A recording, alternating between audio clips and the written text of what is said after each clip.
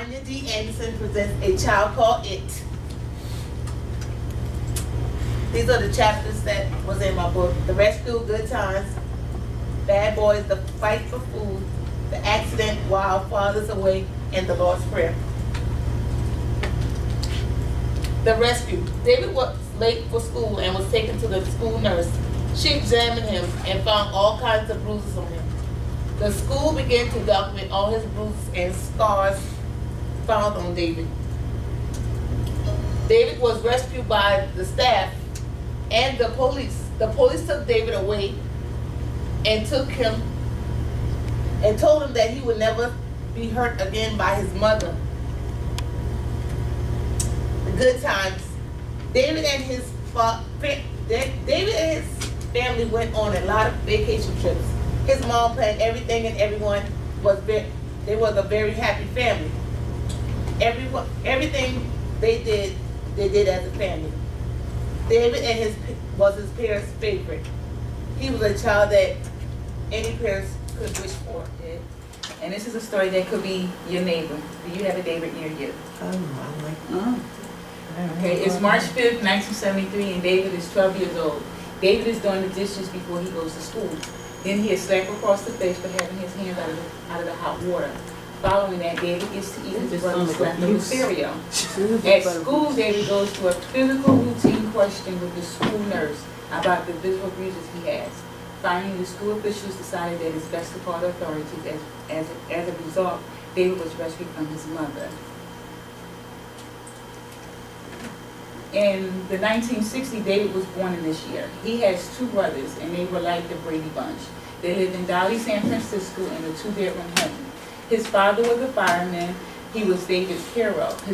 His mother was a woman who was loving, caring. She made sure she fed the family, cleaned the house, and attended to the garden. David recorded all the things they did as a family, spending holidays and trips together. David looked around about 3 years old here. David's father's type of work kept him away from the household. In the meantime, his mother's behavior drastically changed with him.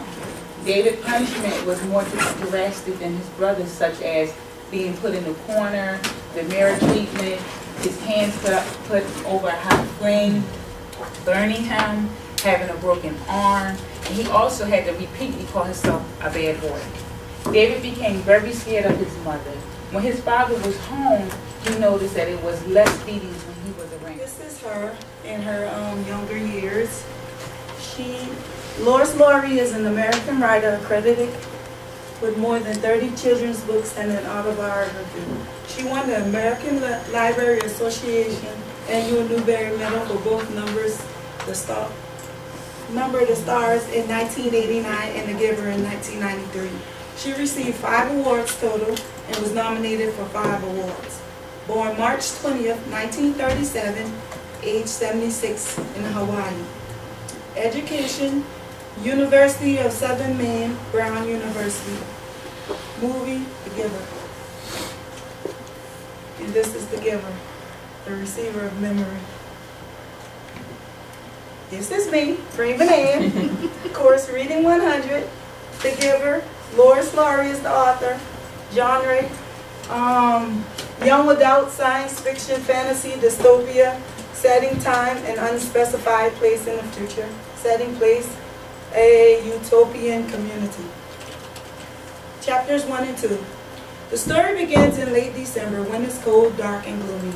Jonas is already frightened at the start of the story. The setting took place in Utopia, a strange place. The December ceremony of 12 is very important to Jonas because he is in 11 and he will be participating in the ceremony of 12 to be assigned his lifelong career. Jonas is not so much frightened now, but a little apprehensive. Chapters 3 and 4. Jonas's father offers to take care of an infant named Gabriel, whom he is concerned about. Lily remarks about Gabriel's funny eyes, like Jonas's, because they are blue. It is rude to call attention to those things. Ethel Weiss was the author. The main idea of the entire story was like I was saying, is pretty much, it's about a boy that grew up watching his father and his family, his entire town, being taken over by the Germans. They were a poor village. They were not a very, you can keep on going there, yeah, there you go. I don't know where you're going. Oh yeah, you're getting there. But this is, you can kind of get the gist of this. This is pretty much, recently I lost my mother 7 years ago. And this is showing, in my mind, from what the author was saying, that how bad you feel when you lose a family member, especially a parent. Could you imagine losing it to someone coming in and shooting them in the head, putting them in mass graves? This was, it's kind of hard book for me. Excuse me a little bit. Anyway, go ahead and next. Okay, the Germans came in and they made the people come through and dig mass graves. Now these are actually people in here that had to dig the graves, and then they would execute these people one by one, or sometime in machine gun fashion. Usually they shot them in the back of the head.